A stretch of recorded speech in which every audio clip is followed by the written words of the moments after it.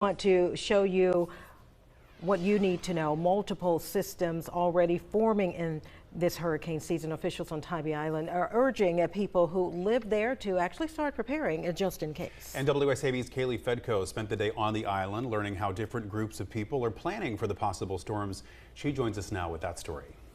Yeah, I talked to residents, business owners, and officials alike today on Tybee, and the reaction has been mixed. While some are waiting it out, others are preparing now, and officials telling me they're urging everyone to do the latter.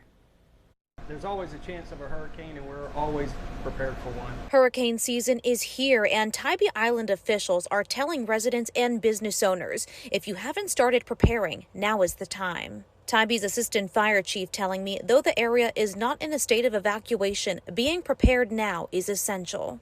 The biggest trend I've seen is that people are expecting the hurricane to come and then it turns last minute because it's controlled by weather and whatnot. And so they decide not to stay. He says if you feel the need to evacuate, it's best to leave early because there is only one way off the island, Highway 80, and it can easily get congested during an emergency. Because you won't get the services that you may need. And, you know, if you look back at here for Matthew, there were people that were out of oxygen and electricity for days, and they need their medical oxygen, but we can't provide anything for them, you know, because we can't get to them. Fred Bell lives near Tybee in Thunderbolt, the 12-year resident telling me storm season doesn't faze him.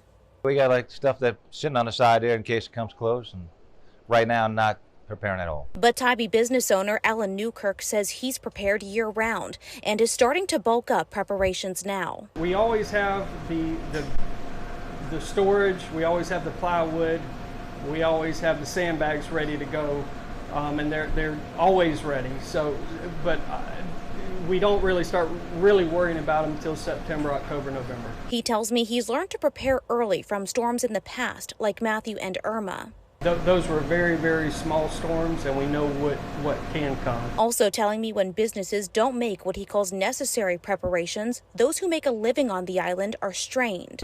If we have a hurricane in November, there are those that are dependent on housekeeping jobs and retail jobs to pay their bills, and if we're not prepared for it, then it takes us longer to get back open again, and it really hurts those that need it the most. But Bell tells me he plays it by ear, and doing that has worked for him in the past.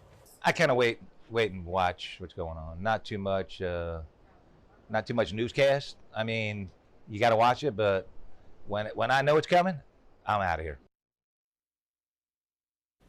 Officials tell me residents should prepare themselves with extra clothing, pet essentials, and a 90-day supply of medication well before an evacuation order is issued.